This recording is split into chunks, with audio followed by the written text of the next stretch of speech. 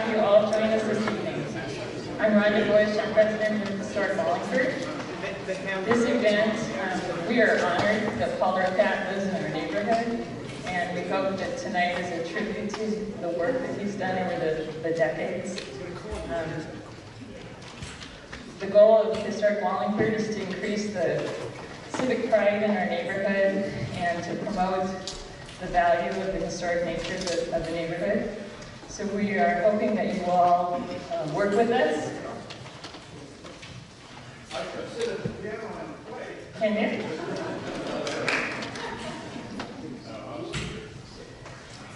So we are so honored that this evening, as well as all of you. And so this event has taken effort by several people. And so we are going to move quickly so we give Paul as much time as possible. I'd like to thank Sarah Martin and Matt Hallett and Pam Singer, who are board members who worked very diligently to get this project put together.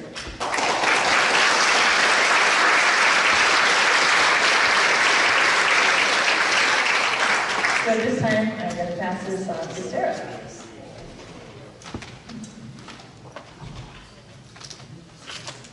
Good evening. My name is Sarah Martin, and I serve on the Historic Wallingford Board. Our mission is to foster an appreciation of the social and architectural history of the Wallingford neighborhood, and we do this through programs like this. If you're not a member, please consider joining. And of course, we welcome your feedback, and most of all, we thank you for being here. And we thank the Seattle First Church of the Nazarene for having us this evening.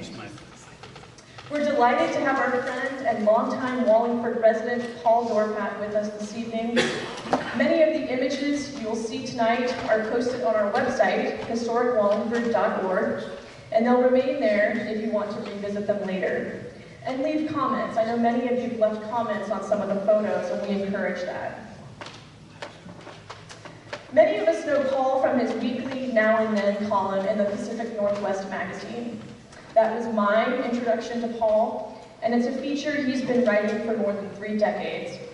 What I like about Paul's work is his use of photographs to show how people and places change over time. I love it, I love it. I'm not done yet.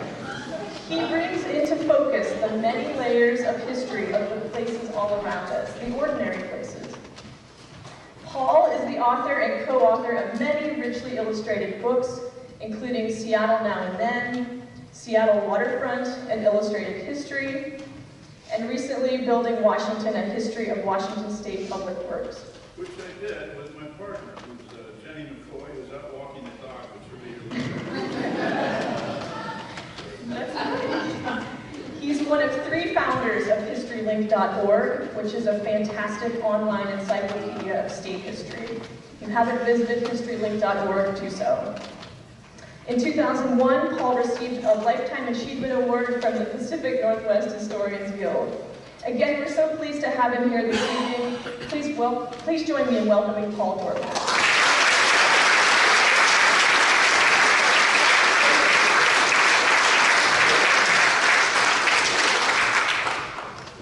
I want to confess right at the beginning that I'm not prepared. I might have taken, well, we've done about 1,800 articles in the Times, for one thing. I also wrote a history of this neighborhood in History Week. So I could have gone and reviewed all of that, but I got busy taking a shower. It takes a long time for an old man to take a shower. You know that, you guys? You know, you're a little older, you know that. So I didn't get to review it, but what I did do is I printed out a few of the articles I wrote, and I passed them out to members in this, I think we could call it a congregation. And that I'm going to ask them if that picture shows up in this depiction of local history that we're going to go through, that I may need help from them, so I'm asking them to get with it and read the thing and become the expert that I'm not, or have forgotten to be. All right? Now, I know that there's some order to these slides, and mostly we have Sarah to thank for that, who's just introduced me, and I thank her for that introduction, although I completely missed it. You were kind to me, weren't you? Oh, okay, thank you.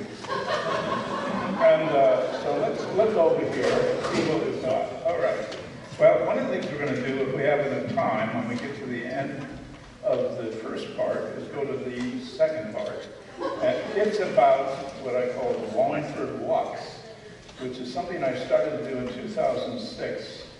I took out every day, sometimes for as many as 4 hours. And I think some of you may remember me walking by your house. I know Gary does, because I took very many pictures of Gary and Marguerite's house on First. Just happened to walk down. Any of you remember an old guy, not as old as this one, wandering the neighborhood like, oh, look at that, see it?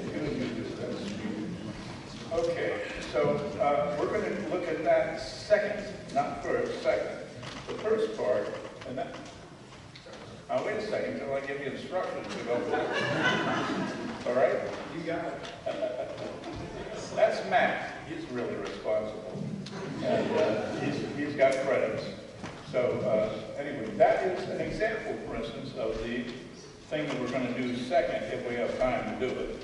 And I want to apologize for a problem we're having tonight, and that Tom had when he did the first lecture in this series, is that you can't blow the bloody images up for some reason.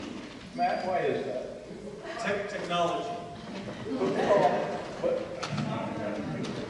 Is it in the projector, or in the computer, or in the screen, or what? Yeah, I think we got a bigger. We'll take the Guild 45 next time, and we'll get a bigger screen that way.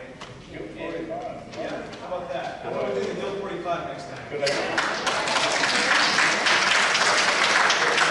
I just repeat this next time? Yeah. Okay, all right, I don't want to do it two of them.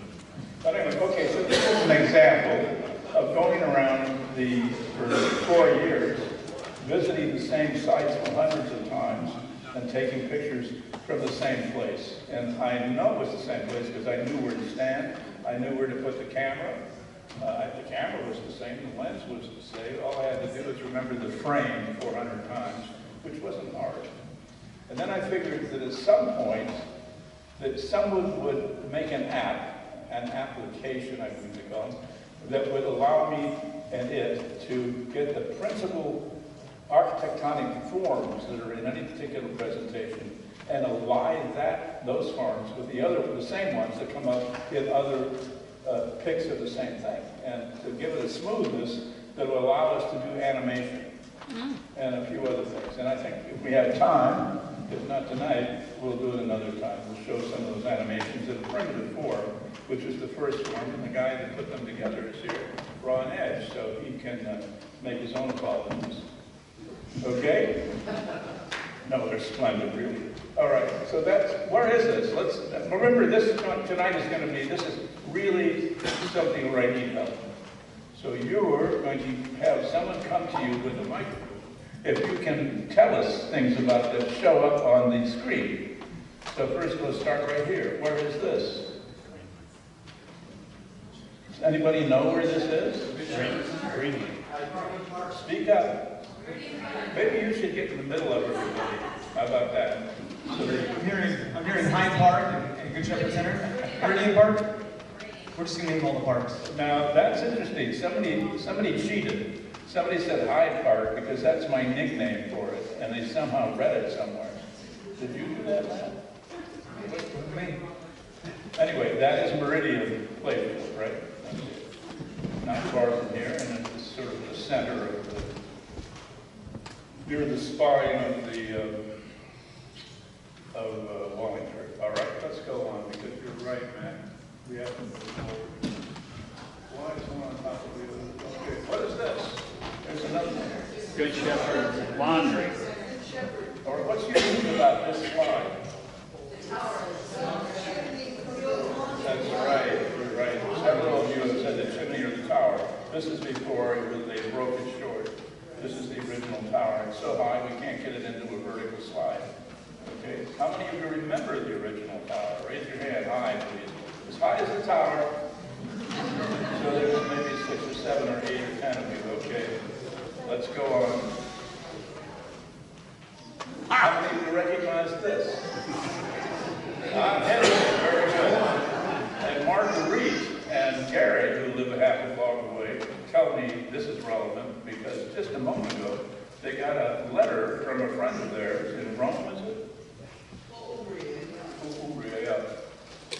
Who told them about this event tonight, and that's how they got here. So thank you very much. All right, next. I always have the Rome or the Italy variable in store, just in case I need it. All right, and this, what's this? Tom, can you help us out with this? City Council. City Council. You have the same answer already. But we know that one of these guys is our very own Wallingford, the real estate guy who is related to much of the powers that be in the North End and lives not really much in what we call Wallingford, but in the Green Lake neighborhood. And he made the Wallingford Edition, which is north of 50. He's one of those guys. I used to know who it is, but I know who the mayor is in the middle. That's the guy who built the ships. What's his name? Who? Moran. You got it. It's Moran, yeah. Okay. Sarah, will you want to pass it up? Okay. All right, forward. Can you hear me all right with this? And we're hoping to use the other. We have another portable mic. We're hoping to use that because we want you guys to interrupt and add things. It wouldn't be interruptions to be part of the event. You know, talk a lot, please. Okay, go ahead. Talk to each other. All right. This is Dick Barnes. Anybody know him? Who? That's not John Gallen. I never would have thought to think that. Well, that sort of looks like John. You're right. Yeah. Now, Dick Barnes lives nearby too, and he's got that great garden at the corner of. His name is Richard. What? His name is Richard. He's a Dick 57 Barnes. graduate of Roosevelt High School. What's that? Use the microphone. Say, the fellow on the screen is Richard. Yep. He's a 1957 graduate of Roosevelt High School. I bet. Yeah. He was in my class. He was in your class. What class? Class of what? Don't get that up. You know we're through. Class of 1957. 1957. Oh, you are a little younger than I am. I was 56, but not from Roosevelt. I was sequestered in a Lutheran academy. Okay? Oh, that's great. This is a splendid person. I think of him as the mayor of Wallingford. However, he has competition. Let's see the next slide. Where is his garden? His garden is right up on 46th and not Sunnyside, but Eastern, right? No, it's Sunnyside. Speak up, somebody. Sunnyside. Sunnyside, pardon me. It's the, I only walked it 800 times. And I'm a little flustered. Okay, no, it's the southeast corner, Sunnyside and 46th. And he's been doing that garden for decades. A sweet guy, and his wife is a sweet gal. So wondered, they used to have a party, a big party in their backyard every year for the local progressives. Go ahead. Oh, who's that? Doug Wilson. That's the guy also who's a candidate for mayor of Wallingford. He's an electrician, retired, lives down on First Avenue and 42nd. And has anybody seen Doug recently? Yes.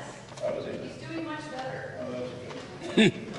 So you can think of him as the mayor too. There are other mayors. Go ahead. I wanted to take this, actually this little talk as an opportunity to solicit a cadre of Wallingfordians who are willing to invade the reaches of the neighboring neighborhoods and to expand the significance of Wallingford by taking acquisition of other property. And I think one of the things we could do is, for instance, gerrymander, like the Republicans do. Gerrymander and grab all of the bungalow cottages and simply, you know, draw lines that bring them and make them part of Wallingford. Are you in favor of that? Yeah. Raise your hand if you're in favor of that. Okay, let's see a few more hands for that. I don't see everybody's hand, okay? Raise your hand. That's a Republican congregation. I'm sorry about the politics. I promised to keep it out of it until About 5 minutes ago when we really did it. Okay, where are we here? It's Woodland Park. So I think we in Wallingford should be able to claim part of Green Lake as our own. And since this is the southern boundary of Green Lake, this is probably about as far north as we need to go. We just need to get a boat launch there. Okay. I'm glad you agree with that. Okay, let's go on to the next one. Is that house still there? Go back up. The house? That house is the McDonald house. Yeah, do you know that house? No, I was asking, is that house still there? Yes. That's the McDonald house. It's still there. It's a, what do you call that when you pay an exorbitant amount of money to sleep in a bed that's not yours? What's it? Bed and breakfast. It's a bed and breakfast, yeah. Okay? You can stay in that house. You can. Wait, where is it, Paul? Oh, it overlooks the lake from the next street above East Green Lake Way. And it's sort of across the street from the kitchen hut. You know, and the field. I'm not sure exactly which it's right there at the south end, as you can tell. Although a lot of the south end has been filled in, so the lake doesn't really reach this far down. Okay, Sarah, are we doing okay? Doing great. Okay, go ahead. Now, we're still in the introduction. I wanted to make a point about having photographed 400 locations over 3 years, practically every day. That mounts up into thousands upon thousands of images. I have one other instance where I did that in my lifetime, and that was when I lived on Capitol Hill, across from the market time, and I could look down through my kitchen window, which I shared with some other college students, right down on that bus stop at Republican and Broadway, and I shot hundreds upon hundreds of photographs of that bus stop. And this is a unique time in that project, in that the Friends of the Rag, which were a artistic group given to the sartorial side of life, they put on a show for me at the bus stop. There's a lot of film on that too. So I thought we shouldn't take so much time on Capitol Hill, but I thought it has a variation of what I did with Wallingford, only a different sort. Okay? Go ahead.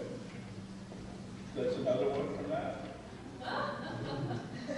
I have about 6 shots of them side by side. You can see the growth of their friendship as they're sitting there.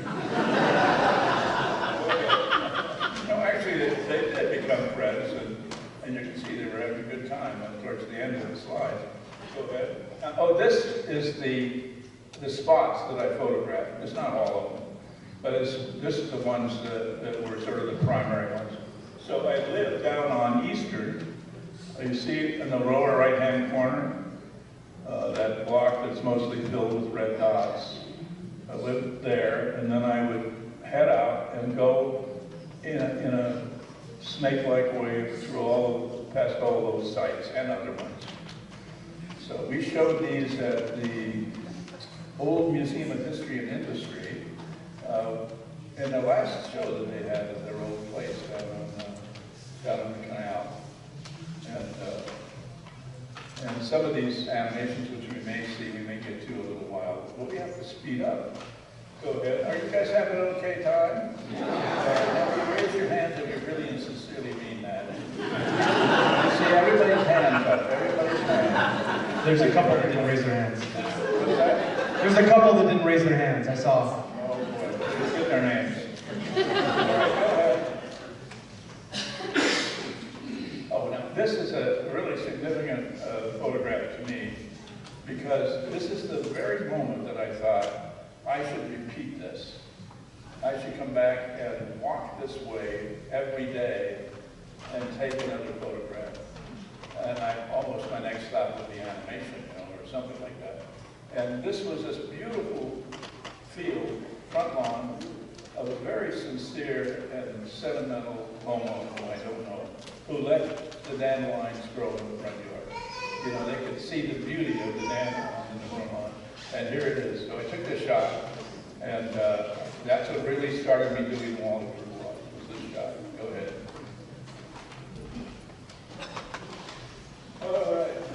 What's this? Entertain yourselves for 2 minutes. This is fake news. Fake news. You know why that's up? Yeah, just give me 1 minute here. It's part of it. Does any other neighborhood besides Wallingford have a historic society? Yes, they do. Where do you live? Wallingford, but I'm asking, are we the only ones? Yeah, many of them do. And Wallingford is fairly new in terms of organizing itself. One of the reasons, as you know, that we have in these events is to let people know that they have an opportunity to join the historical Wallingford group. And what's the official name of it? Historic Wallingford. I had it right. I did historic Wallingford. So you may consider doing that. I'm a member. What is it? Oh, okay. Is that better? Yes. See, I didn't know I was doing that mistake at all. So that's bad. All right. Okay. Well, this is that lawn after that sincerely wonderful neighbor who let the dandelions grow must have sold the house to somebody else because the front lawn got mowed, okay? I don't know if that's true, but that's what I like to imagine, okay? This is probably the next day, actually. Okay, now here is an early shot in Wallingford. Is Jenny here? Yep. Okay, stand up. Stand up, Jenny. Okay, now that's my... She's in the doorway below the exit sign. And see me right there, standing by that table, see? This was a garage sale we did about 35 years ago, right? What does it say? 83, that's 35? Yeah. 35 years ago. I have fallen apart. She's in great shape. Of course, she's a good deal younger than I am. Okay. What's that? She's walking the dog. And she's walking the dog. Now, you're trying to say that I haven't been walking, right? You're criticizing me? Well, she's back now. Yeah. How was the dog walk, Jenny? Short, okay. All right, well, anyway, this is an early shot on Eastern Avenue where we still live. On Eastern Avenue. And there's some neighbors here today. Without those neighbors, we probably wouldn't have been great attendance. But thanks for coming. Okay, next. And this? Where are we here? We're now into the show. I want to say right now, we're into the show now. Because now you are the experts, and you're going to help us. You may not be experts, but you're the familiars. You're going to help us understand what we're looking at. And you'll speak up, and we have Sarah, who's carrying a microphone, will come to you, and you can tell us the story. What is this? Where are we looking here? Gasworks. That's right, Gasworks Park. What's happening here, you probably don't know, is that I used to do a lot of filming back in the 60s and 70s, and this is part of a film that I started, which is true of practically everything I did in film. So we have a choir up on the Gasworks. This is before it was turned into a park, and they're singing with a rock and roll band that's below them. Go ahead. Or there's the rock and roll band. Wow. Go ahead. We still have that on video. Someday, maybe that'll be part of a film. Where are we here? Over a bridge. What's happening? They're building it. Okay, now we're going to... Last tall ship. Yes, what's the name of it? What is it? Now even straight. Now listen, guys, we're going to have to get this thing down better. We've got microphones. And just yell at the microphone, Terry. Yes. Now I specifically remember when I was handing out those pages of articles that I wrote, one of them was about this picture. Whose holds it? Who among you has that? What I think you're hiding it. It's the Monongahela. Huh? Yes, it is a Monongahela. Nicely done.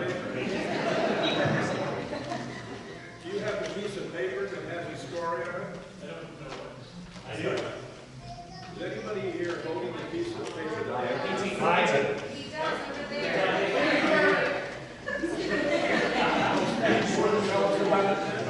That's how I planned it, you see. He was going to give you all this information, and he was going to tell us.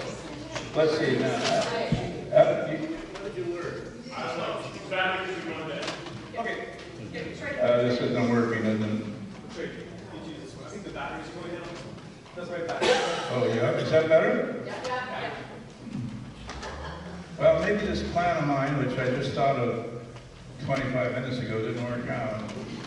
That is to publish those things, hand them out, have you read them, and then add more information. Seth, don't you know something about it? I do. Tell us about it. Stand up. Yep. Okay, we're going to bring, Matt, you want to go up there with us with the microphone? Yes, we got one live mic here. I think I'm going to get a different crew. Read this whole thing. Just a summary. All right, I'm just going to give a quick summary. The Monongahela went through the cut in 1931 prior to... He didn't read it. Prior to the Aurora Avenue Bridge being completed. Yeah. It was built in Glasgow in 1892. Yeah. I'm going to skip that section. I'm going to skip that. You want me to complete it? No. Okay, good. Go ahead. I want to interrupt.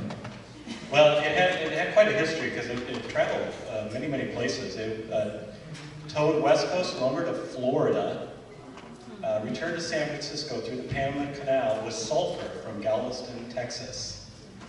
After ending a trip with lumber to Australia in 1928, the Monongahela was anchored in the southeast corner of Lake Union. It stayed there in the doldrums of the Great Depression until it was forced out by the mounting obstruction of the Aurora Bridge. Eventually sold in bankruptcy to a Seattle company for, what's your guess? How much? $10,000. Very close, $8,600. You should get a prize, but we're not going to give you one because we don't have any. Go ahead. It was then sold to the Kelly Logging Company of Vancouver, BC, where it survived a few more years hauling logs before it was scrapped. Thank you, Seth. Our Monongahela expert. Okay.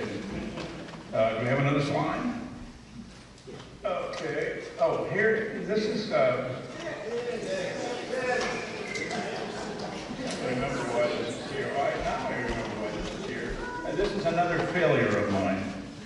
I had hoped to interest and convince, persuade the owners of Dick's to cater this event. But I was not successful with that. I'm sorry. Maybe next time. Could you please send letters to Dick's and say we're disappointed that you were not able to cater the show at your neighboring congregation, the Zion, the Nazarene Church. That would help maybe for my next attempt. Okay? Paul, we have a question. Wait a second. What is it? Yes. So I was at Dick's. I just drank the coffee, but my reason for standing up here is that I have an addendum to that Aurora Bridge being closed. My dad lived on 46, just west of Stoneway, and in 1933 he would have been 12 years old.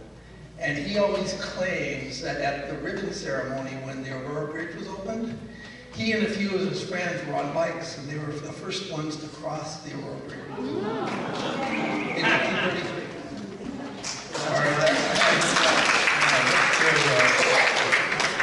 That's Craig Lang. He lives on First Avenue, next door to the mayor of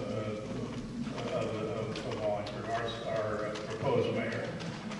Greg works at the King County Archives. He's really an expert on the history of the city, pioneer history, and he's also very currently apprised of it because he has to deal with customers that are always seeking information about King County history and Seattle history. And he's an expert on house history, how you can research your own house, for instance, or anything that's a physical property. That's the person you want to talk to. In fact, I'm suggesting that right now we try another raising of hands, and those of you who would like this expert on regional history and with emphasis perhaps on this area right here, could come and speak to this group and whatever other membership we can get sometime in the future. That's Greg Lyme. Raise your hand if you're for. All right, we'll talk to him. Now I know some of you paid to get in tonight. Some of you are members, right? Let's raise your hand if you're a member. If you paid tonight, are you a member? I don't know. What?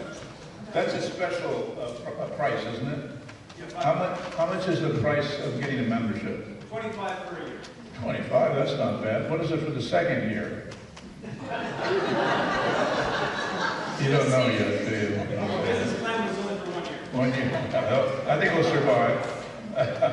Now, when I was told that this was a charge tonight, I said, I'm a little disappointed in that. I was hoping it would be free.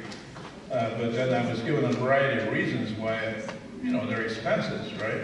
And including, they said, we're thinking about giving honorariums to speakers. And I thought, well, that sounds all right. Anyway, my heart changed on that. I don't know if I'm getting an honorarium for this. I certainly don't deserve it.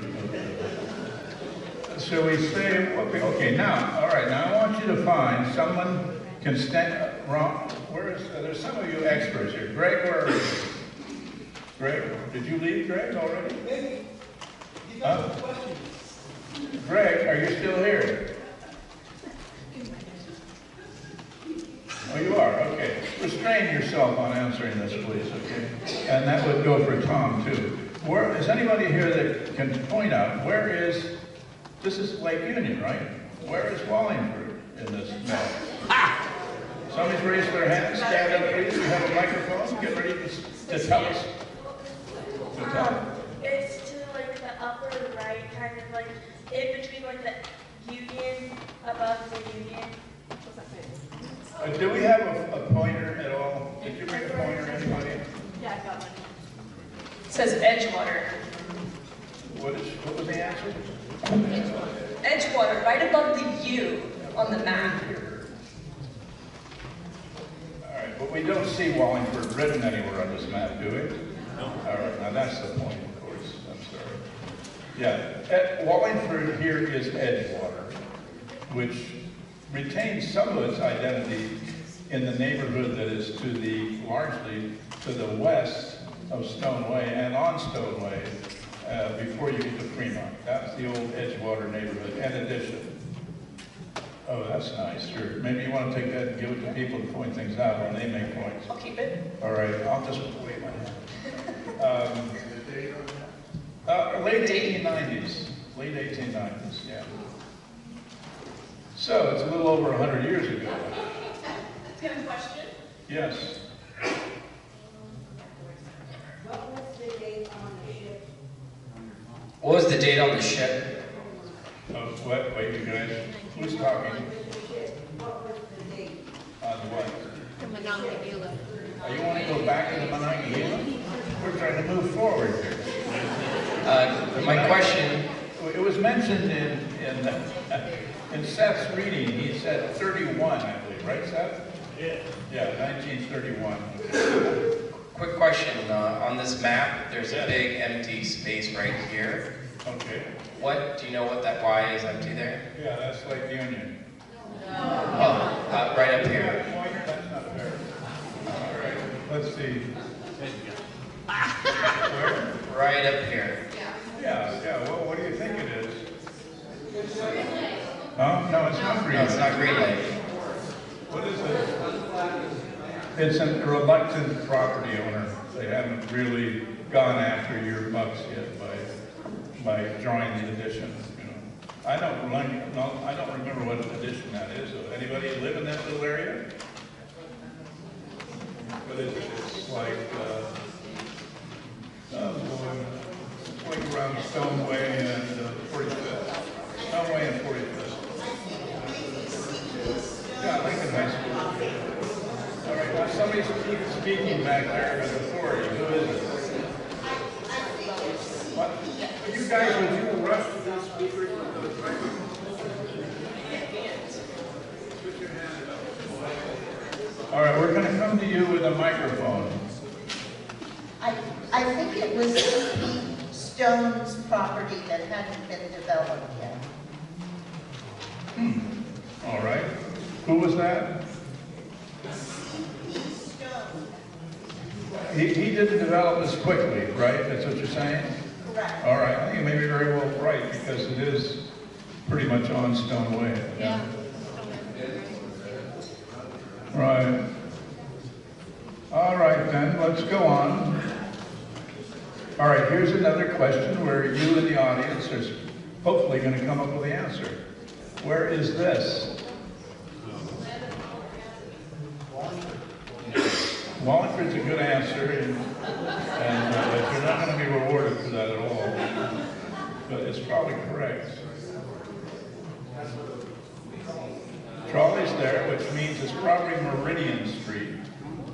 Because the Meridian first really snuck into, the trolley first snuck into Wallingford on Meridian. Where is it on Meridian? I don't know either. I haven't figured it out. But you could figure it out. If we gave you a print of this, you could get in your car and go down. Yes? I think it's Woodland Park. It's the only north-south street Does that person who's speaking now actually have a microphone? Yeah. Oh, why am I not hearing him? I'm hard of hearing, that's why. Yeah, I think it's Woodland Park. That's not Meridian. It's too wide. Yeah. Or is it Midvale? All right, now, No, it's Woodland. I didn't understand what she said. Can you repeat it? Woodland Park. I remember Woodland Park. It's still there. Do you need directions on how to get there? And it's still that wide. Well, I don't What's know. that? It's that wide. Woodlawn and... Meridian isn't that wide. Right, yeah. It can't be Meridian.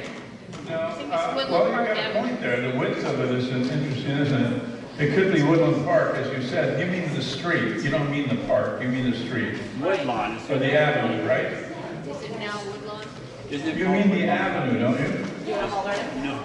Yes. Yeah. You did. You have to speak up because it's hard to hear this far away. Is that Woodlawn? Don't know what it is. This is one I really sincerely don't know what it is. I just know that it'd be easy to figure out because there's such conservation in this neighborhood of these kind of structures that you're going to be able to go out and find some of these structures that are in this picture that'll still be there. And I think almost surely it's either on Stoneway or, you're right, Woodland Park or the Avenue, and we'll find it. So if we had this print, we'd give it to you and ask you to do that and come back with the assignment's answer. But we're not doing that. Next one. Okay, let's go on to the next slide. Oh, here's another one I know nothing about, but it's certainly it's on 45th and Meridian. It comes from the collection of the North Central Outlook newspaper, and it was old for them too. How many of you remember the North Central Outlook newspaper? Many of you do, right? And who was that? Speak up. I delivered it. Thank you. We have a man here who delivered the North Central Outlook. It was once a week, and every week you go out, and that's great. And 50 cents. What it costs to deliver. Oh, wonderful. Well, who was the editor? Stan Stapp. Who? Stan Stapp. You're right, Stan Stapp. Yeah, quite a guy. How many of you remember Stan Stapp? Raise your hand. Many of you. Raise your hand high for Stan. Okay, let's go. How are we doing, sir? We're doing fine. Not too rough on anybody. All right. Anybody know anything about Hearts Music Company? All right. That tells us something, doesn't it? Someone who gave years to their energy and industry, probably on Meridian or 45th, selling music and records and maybe instruments. And yet here we have an interested, curious collection of Wallingfordians, and no one remembers anything about it. And such is life. such as the tragic vision. Let's go forward. How about this? Do you recognize this? Where did you last see it?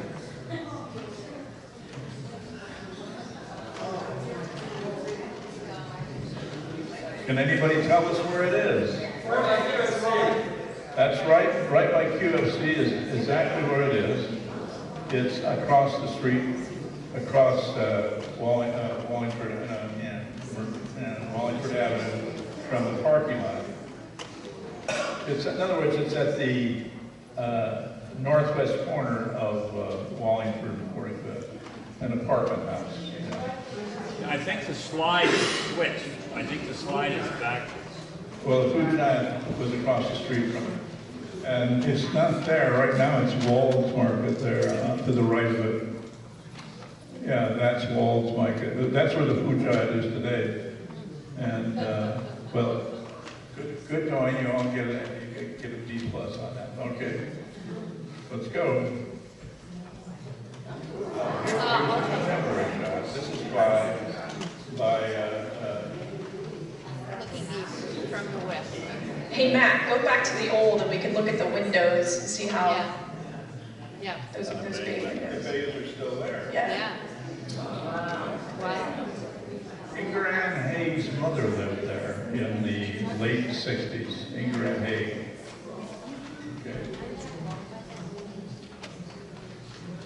We actually had this recently in a Now and Then in the Times.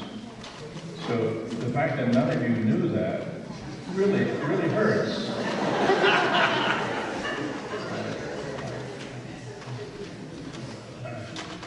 Clay, what are you doing?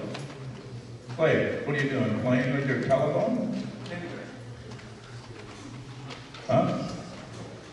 Yes, the answer is yes. Okay. Let's go on. Clay's getting tired of listening to me. He sees me too often. All right, where's this, guys? I believe that's 40th. Right, and we have an expert on Dorn Good Grocery right here with us tonight. And then that expert's name, if he's still here, is Greg Lang, who rose earlier. Greg, stand up. There's the expert on Dorn Good. Let's give him a hand. Tell us about Dorn Good when he does his own speech later on, okay? Let's go. What's that? Yeah, Trolley came down there for a while, you're right. Yeah, there was complaints about the lack of a cross-town trolley, so they put it on 40th. Yeah. Go ahead. There's so many questions. Can hands go up? Yes, there's a hand up. We want somebody with a microphone to run to your side. I have to say this, the Darn Good, that 40th, I grew up in Wallingford, so there was a bakery on opposite Darn Good, and when I walked home from school, as often as I could, I got 3 donuts for 10 cents, and they were twists, Blaze twists. They were the best. I mean, and across the street where Darn Good was, it was a drugstore that, and there was a family-owned drugstore with a soda fountain, and Sundays were $0.25, milkshakes were $0.25, and sodas were $0.25. And next door to that was a lovely couple, and it was kind of a 5 and dime small thing, and they had fabrics, and they had, I was a clothing design major, so they had fabric just for sale for people who sewed, and they had all kinds of stuff. And then there was another store, kitty corner, and the dry cleaner was there at that time. I moved to Wallingford when I was 4, so all right, now I moved away. We're going to check what you said against the examination and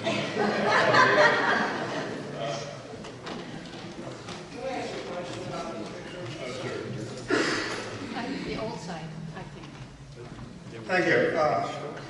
I'm always curious about these pictures here, or at least, okay.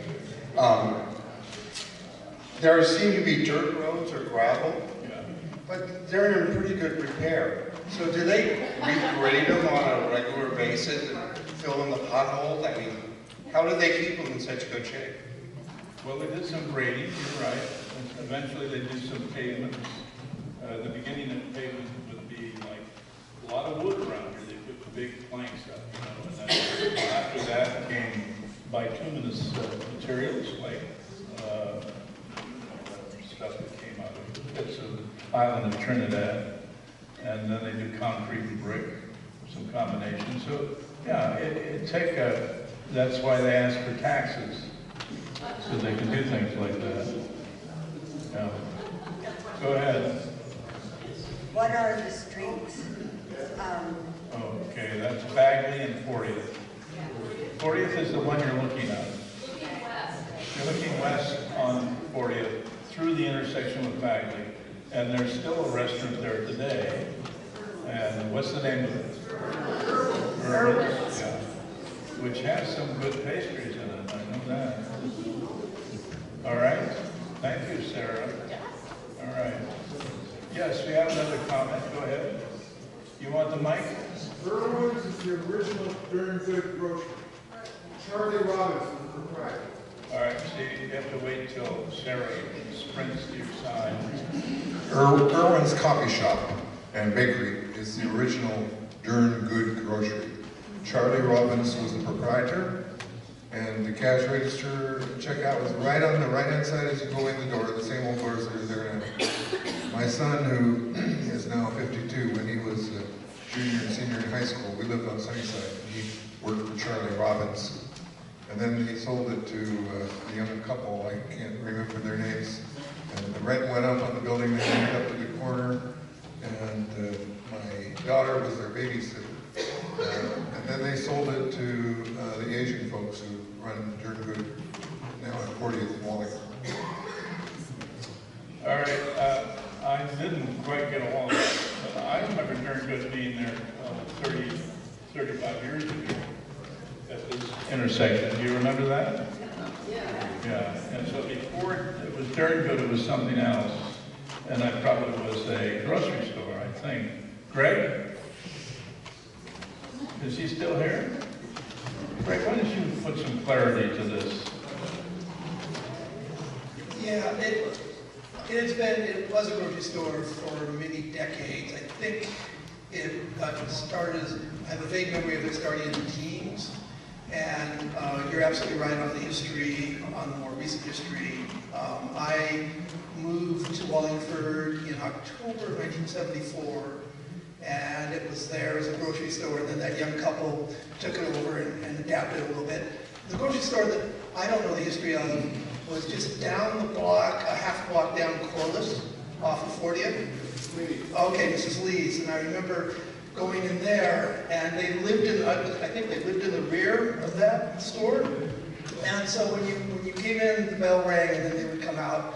And when I got there, their selection wasn't the greatest, but it was always kind of this hidden little gem that was down the block of that. But then, yeah, so they moved, 2 blocks towards where that trolley line is up on Wallingford, 40th and Wallingford, and that's where the Darn Good is now. And then it became the bakery, and I think the operator of the bakery is the daughter or some relationship to the current owner of the property. I don't know if it's been sold or not, but that's what was there. The big event that I remember at the Darn Good, there was one day that I came by and there was somebody, I don't know why, shot a gun through one of the windows in the window that you see right there that's facing us. And there was a bullet hole, and they could never figure out who did it or why they did it, but that probably happened, I would imagine, in the early 80s is when that was. It's a bad donut, maybe. No, I don't think that was it. So, anyway. Thank you. Well, thank you, Greg, and thank you, too, unnamed person on the chair to the left.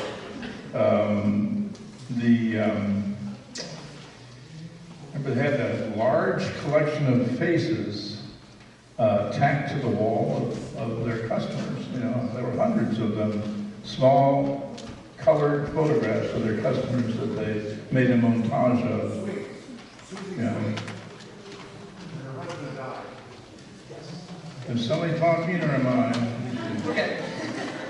Go ahead. Now, it just occurs to me, and it has before, and to other people in the Historical Society, is that on the web page that we're building, we'll put pictures up like this, and they will invite and encourage commentary, so that we should, in time, be able to have quite a bit of conversation about a number of these and other pictures.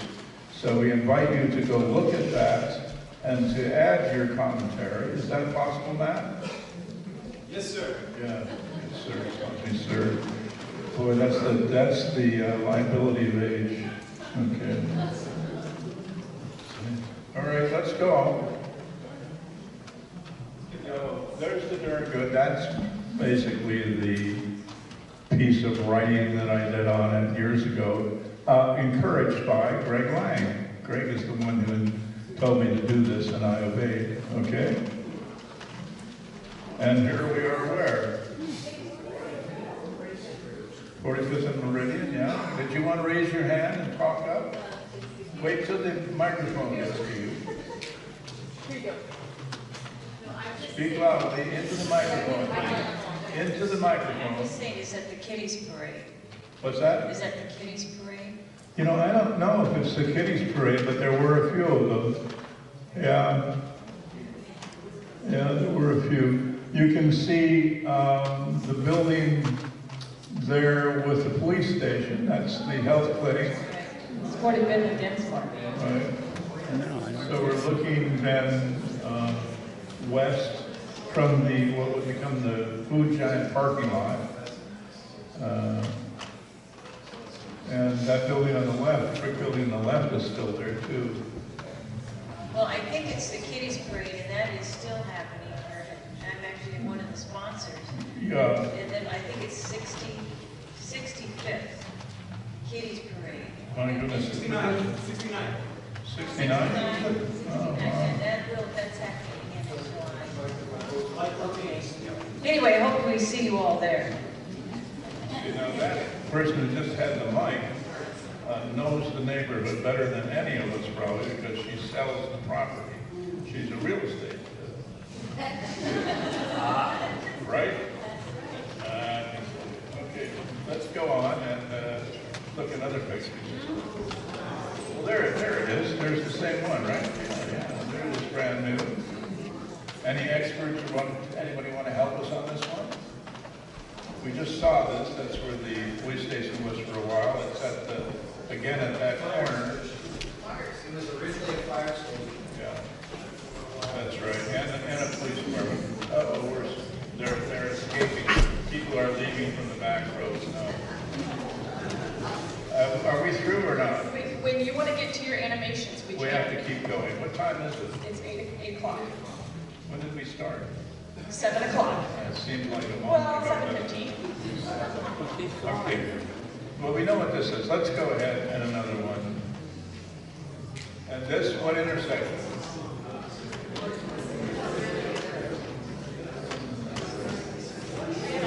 Meridian and 45th, and I believe that is now the CVS. Yeah.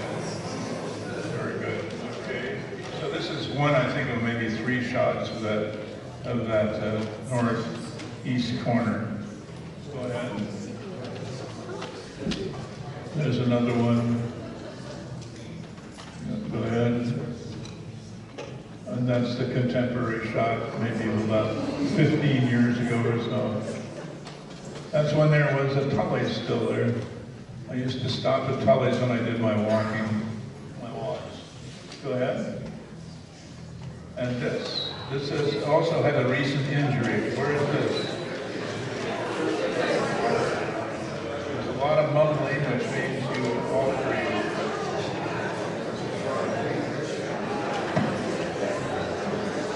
You notice that this line has made the Wallingford audience happier than any other group. Right? Why is that, Sarah? Do you have any idea? Oh, okay, all right. Anybody Look want at to that lady, take the look at that mic lady's and talk dress, about look at this? her. Anybody want to take the mic and add something about this? Oh, nobody's raising their hand. Okay. Here we go, we got one. All right, good. Oh. This is the corner of 50th and 1st on Yeah. the left-hand side. On the it's now the 7-Eleven. Yeah. The building next across the street on 50th there, the southwest corner, Yeah. is still there. Laundromat, ground floor. Do you remember when 15, 20 years ago it was a produce? They sold produce there? I forget the name of it, but yeah. It was around for maybe 12 years or so. Of course, the market is gone now. They're building a big condo or apartment building there right now. Without parking. Okay, let's move on. You guys doing okay? Do you have any questions? Quick question. In this picture, it appears 50th is not as of a major thoroughfare. So what led to 50th becoming a major thoroughfare? Amazon, I think.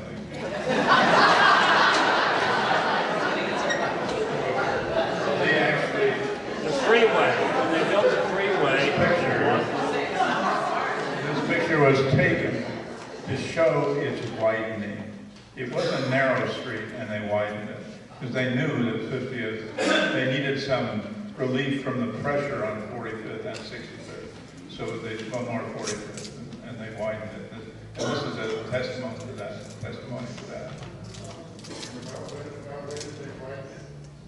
I can tell you once I look at my notes, but look at the cars. The cars there are what? Late 30s? All right, back up. Wait a second. I made a mistake. This is before the widening. Yeah.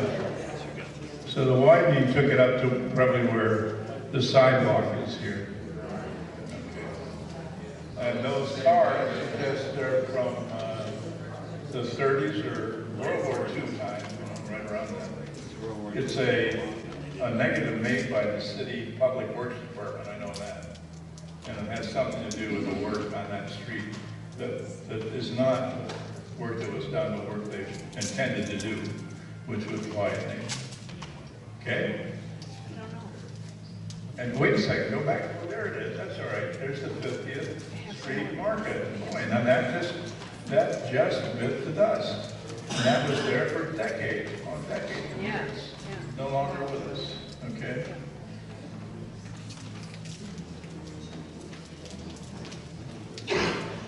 We tried to get by on having videotapes for a while, remember that? Little did they know.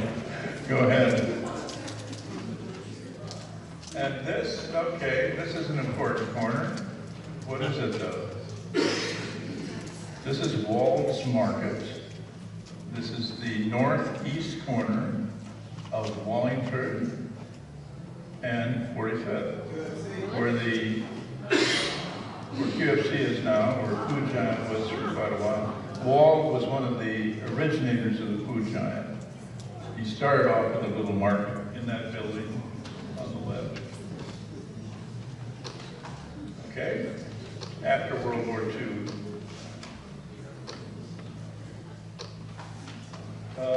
Here's one that's for you to answer. Where is it?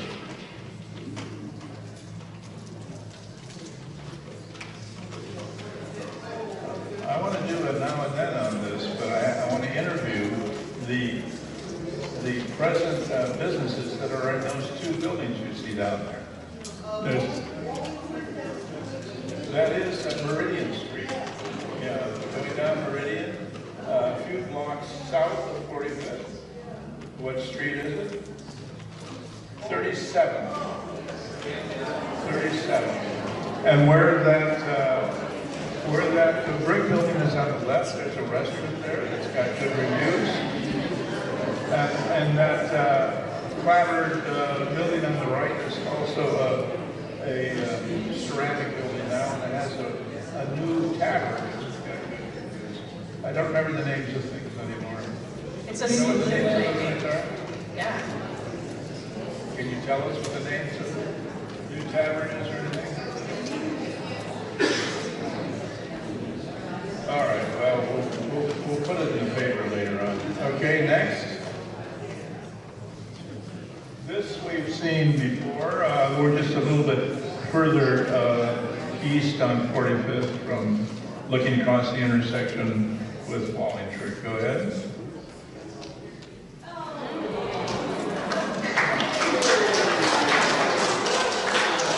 Sentimentalist you are. I know something about Yes, speak up.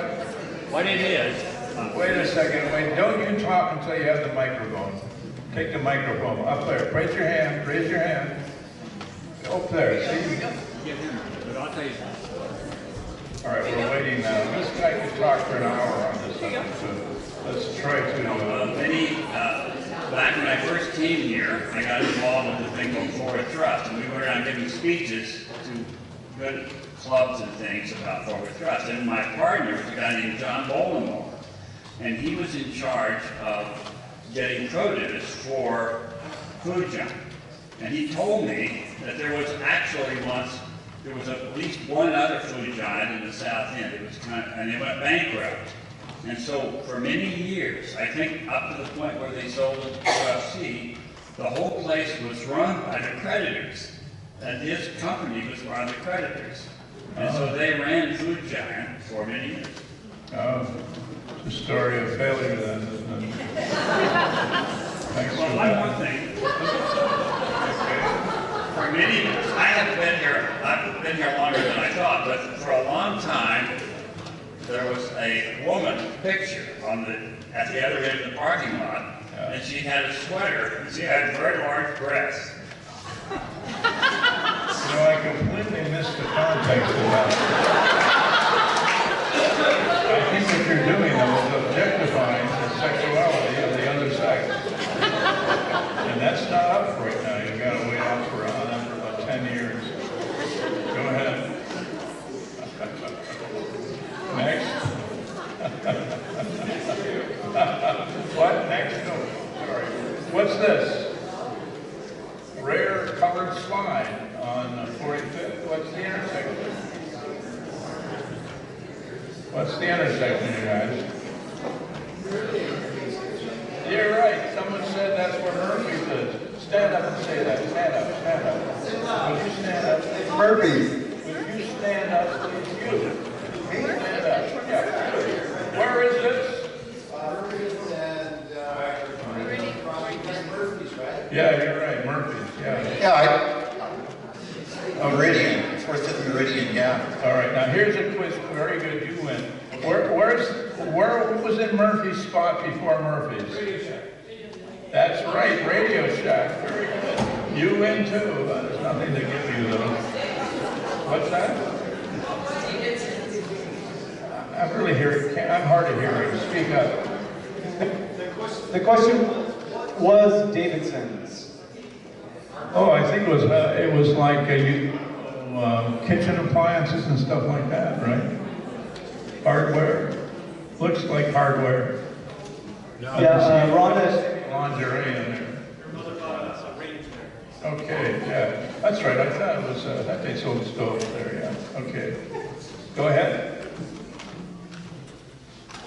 Do any of you remember these? You're right, it's Interlake, and they used to bring carnivals there and use the parking lots. That was post-World War II. Yeah. Okay. I went to school in that building. How many of you in this audience went to school in that building? Raise your hand, please. Raise it high. Those of you who didn't go to school in that building, keep your hand down. All right, next. It really interlinks. Wallingford Center. And this building? That's right, Good Shepherd. Now, we have the man who earlier told us about the woman with the large, you-know-what. He's an expert on that building. He was very much involved in saving it from destruction. Good Shepherd building. Stand up so we can look at you, and maybe that'll atone for your audience.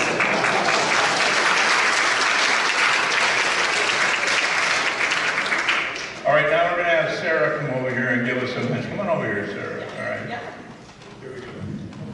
Are we going to do your animations? Yes. Well, we're going to have them vote on that. Okay. I don't know how many more, I don't know what this is, slides we have. There's quite a few. So the time is now what? It's 8:15, close to. All right. Yeah. We'll get done in 15, 20 minutes. Yeah. All right. So do you want to go on and look at some more of the Wallingford walk stuff? Yes. Those of you, let me ask this. How about you who would like to do both for the next 15 minutes, although it's impossible to do both, raise your hand as a sign of appreciation. Raise your hand, all of you. All your hands up, please. Thank you very much. Okay. Those of you who got pictures from me and weren't able to explain or example your expertise, I'm sorry. Those of you who have houses in the neighborhood, like you, and didn't have a show in the show, I apologize for that too. Okay. There's like 300 photos. We just don't have time. Do you want to move on to your animations? Let's do it. Yeah. Yeah. We'll get you out of here. Yeah. You can ask questions. Yeah, thank you. Very good. Tea time twice, isn't it? I think, okay, I will explain the animations a little. I think I did that at the beginning, but foolishly and prudently. And that is that I went out and I discovered that I could take pictures of the neighborhood and repeat the same ones. I always knew where I stood. I remembered that. Then I remembered to hold the camera with my elbows at my chest, and I could see what I was shooting because the camera had a screen and I could bend up and look at it. It was a digital camera. I started in 2006. I did it for about four years. I met a lot of wonderful people, including Sally. Where are you, Sally? Raise your hand. I met Sally during these walks. A lot of good people. I really enjoyed that part of it. In fact, it slowed down my walk so much that it took me 4 hours to get through the walk, you know, because I'd just be visiting with these friends. It was wonderful. Meanwhile, my knees are going bad, and now you can see what happened. So this is from the walks, partly, and also from something called obesity. Okay.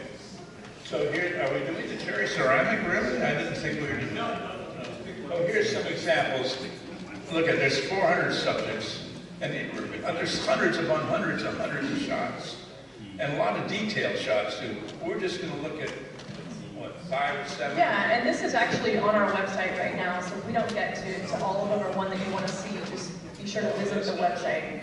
What's that? Good Shepherd. Let's do Good Shepherd. Yeah. Oh, you can jump ahead. Okay, here we go. So I walk that every day, and I wind up there and stand in the same place, and then take these shots. Some of them I did quicker, and actually,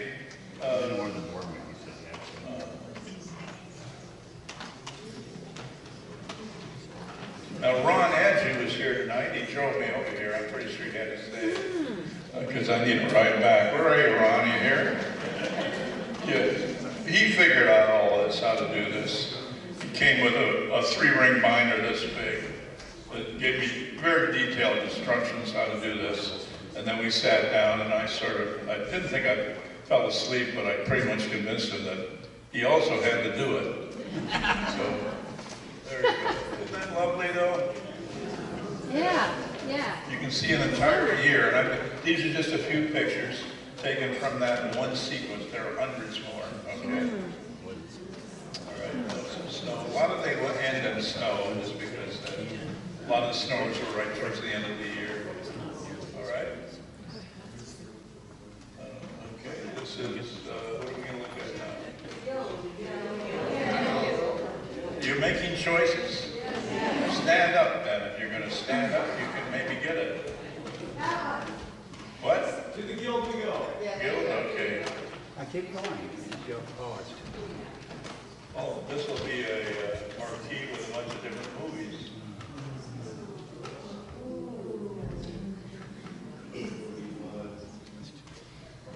This is all handheld. I wasn't taking a tripod. I was just using my hip bones and remembering where in the sidewalk or the garden or somewhere I stood and where to put my... You're a little more solid. Did any of you see these movies? Remember these movies? Probably.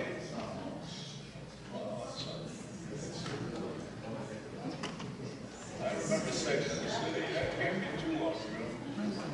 But again, we did these walks in 2006. Sort of petered out at the end of 2010 when my knees started to hurt too much. And look at me now, pathetic knees. All right. Oh, that's nice. Okay, next. What? Farmhouse? Farmhouse, okay. Anyone's farmhouse, can you do that? That's just a block from where I live, that's down on the northwest corner of 42nd and Eastern. Recognize that building? That's really probably one of the oldest buildings in the neighborhood, because it really is an old farmhouse. What year was the house built? I don't know, if you could research that. We'll put this on, this is going to be on the show, you know, on the webpage, and you could go out and research it, and then you could add the information. I would start, by the way, if I was going to research that, I would start by talking to Greg Lang about how to do it. And he may come if your wishes and desires, which I think were given unanimous selection. If he was to do that, come here and do that before you, you'd learn how to do that. Go ahead if you don't already know. Next one.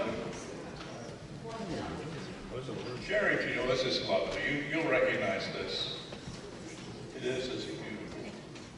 Cherry blossom corner, 46 and Orleans. This is the southeast corner.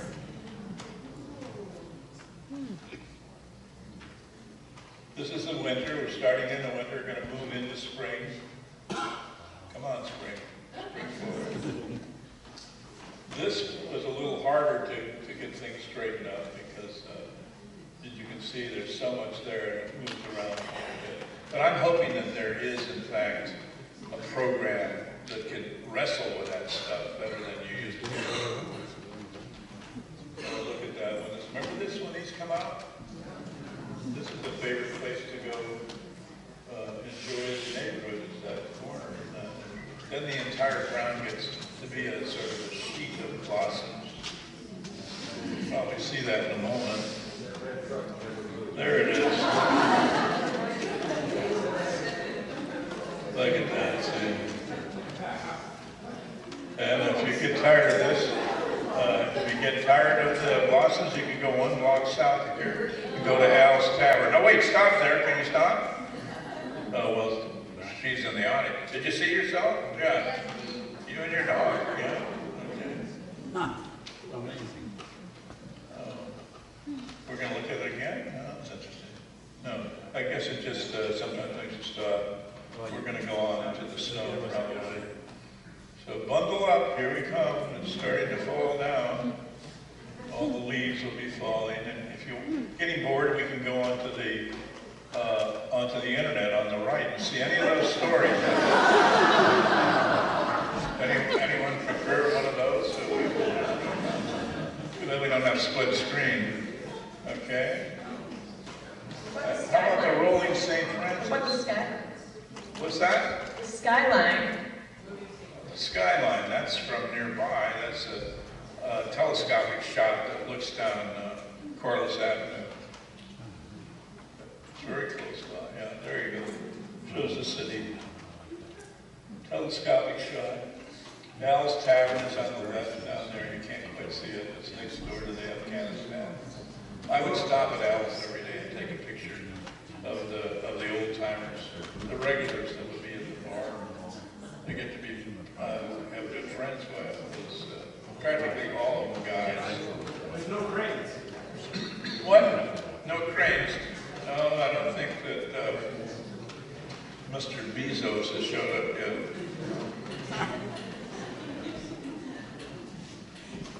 So anyway, that's that. I don't know her. Oh, look at the springs coming out.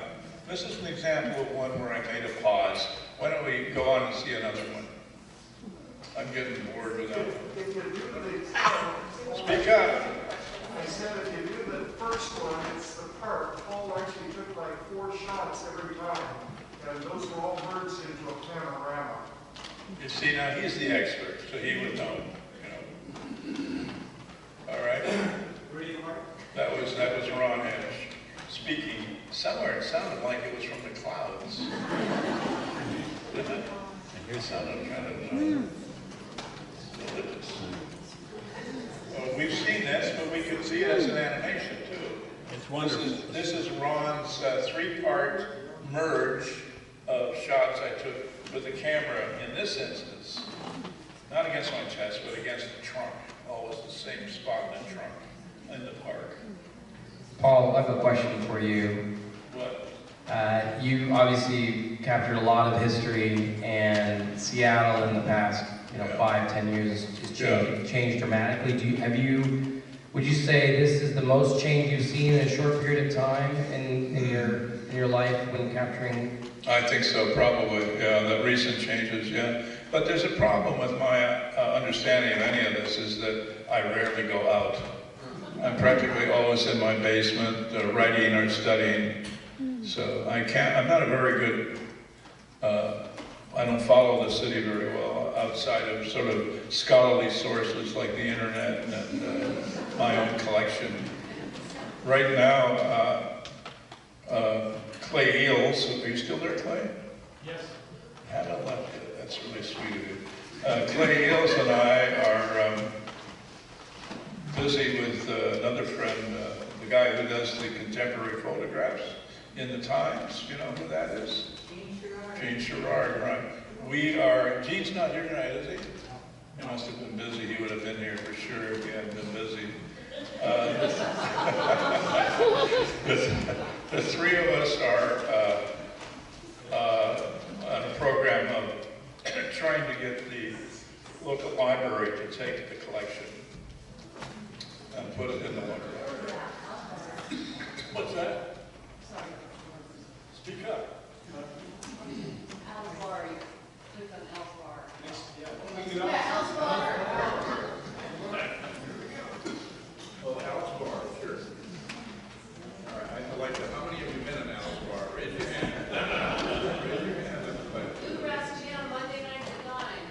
Monday nights at 9 what? Bluegrass Jam. At Al's bar. Apparently they're going on for a long time. Well, I haven't been walking for 8 years. I missed it. All right, these are regulars. I bet a lot of them are still there.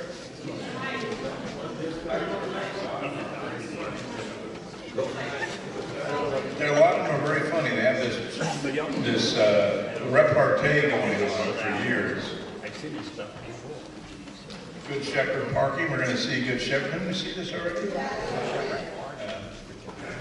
How about moving St. Francis? Moving St. Francis. That's the consummation. That's the trick that'll make the whole program and the subject really come alive for you. Well, moving St. Francis, make you sympathetic towards one another.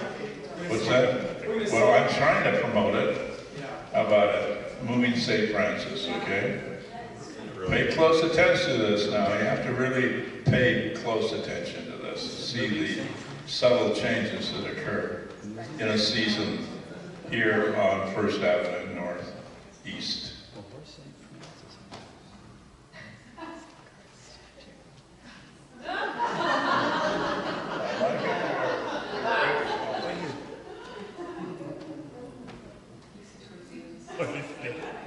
If he had a nude show. Stay attentive.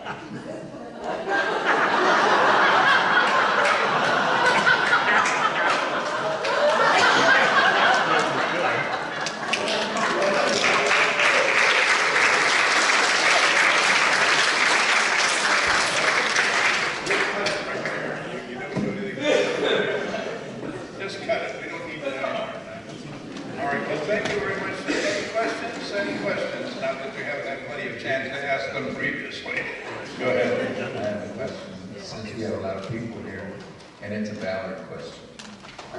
When I was a little kid, I used to go where, just north of Ray's Boathouse, and there used to be an old ship on the beach there. Do you recall that at all? No, I don't know. You got what house did you go north of? The north of Ray's Boathouse on the. Now you see, we're in Wallingford. I understand that. It's just that we have a lot of people here, and Yeah, if you want to find that ship, don't you? Yeah. And it was offshore, and it was it was broken, wasn't it? Yeah, I have pictures of it. I have pictures of it. Well, that's what I was You give me your email when I come across it. Do you have email? Yeah, I do. I'll send it to you. Just give me your email address. Okay? It's on the bathroom wall. What's that? I don't know. That still doesn't make the top, but it's close. Okay. We've got a question back here.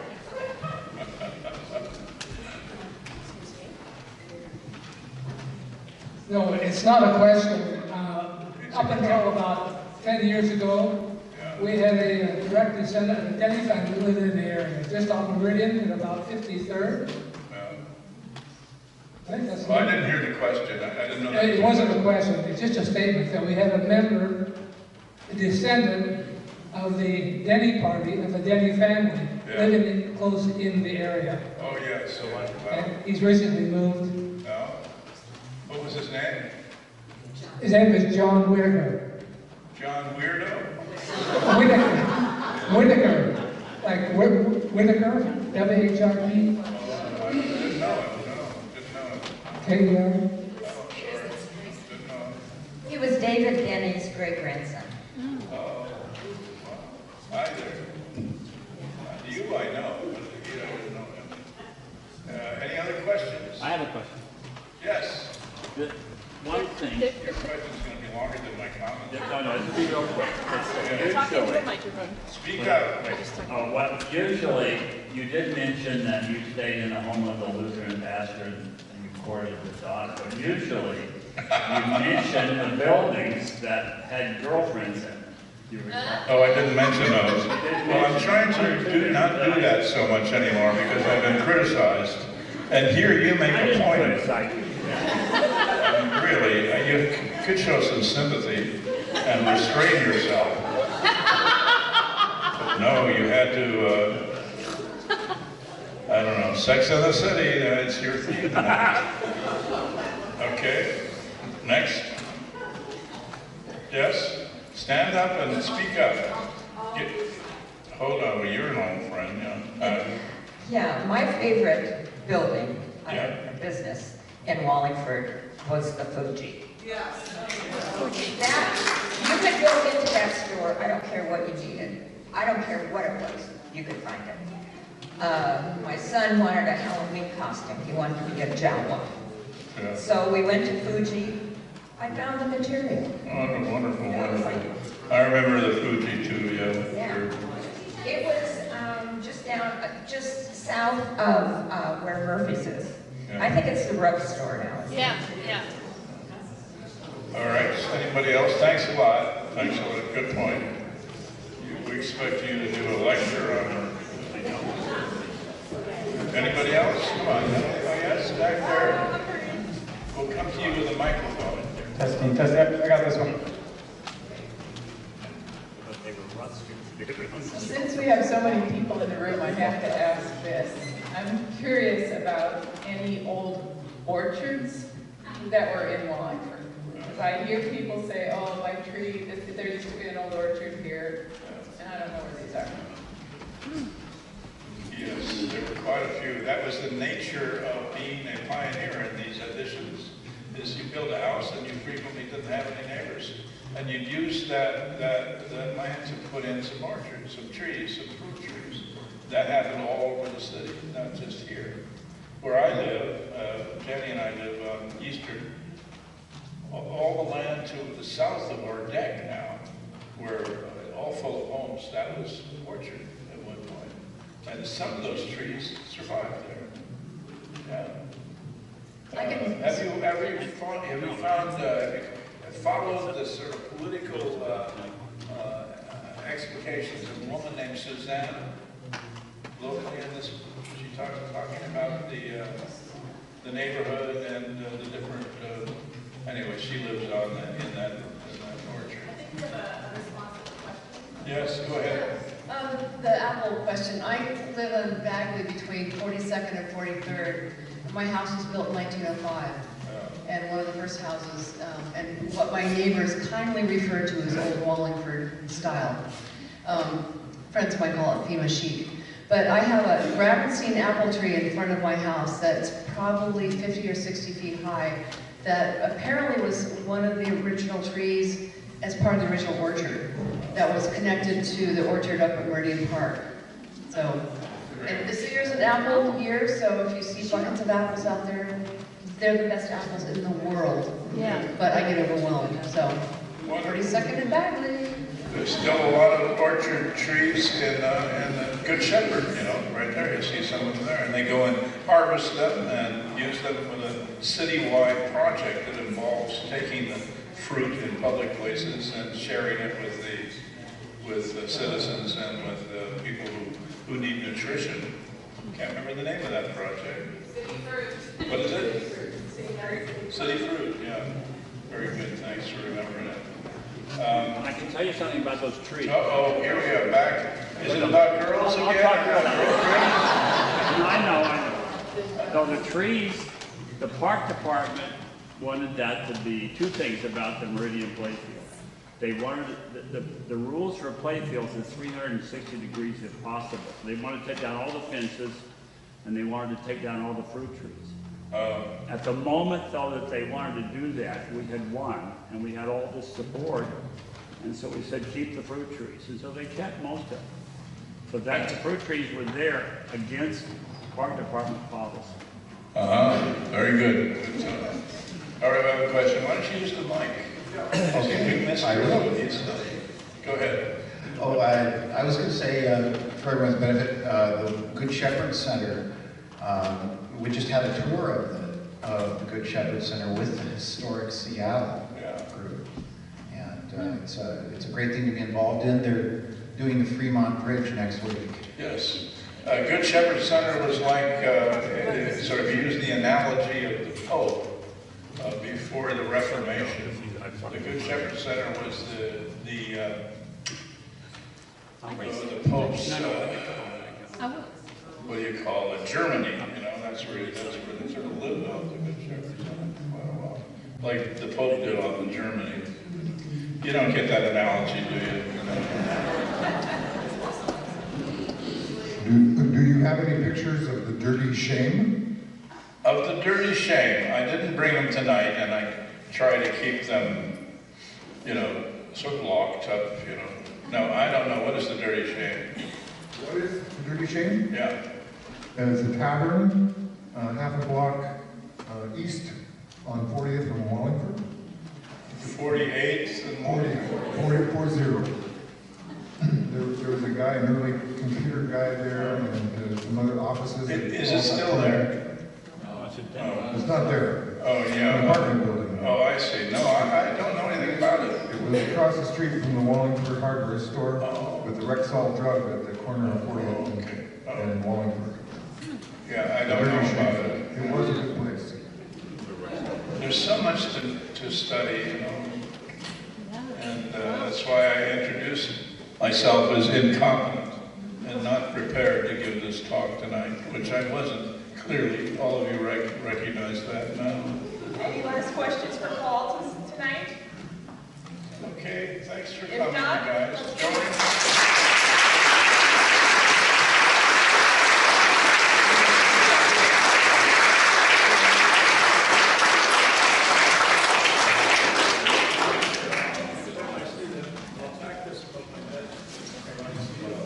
Thank you for coming.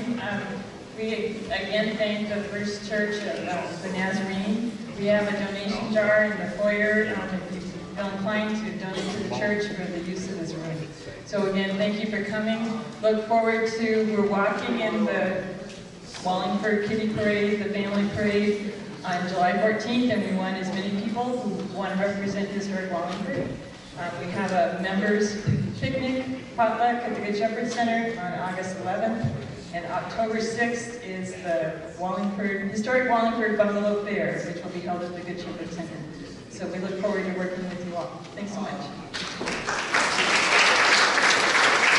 And if anyone wants to walk over to Dick's for, old time's sake, a couple of us are going to head over there.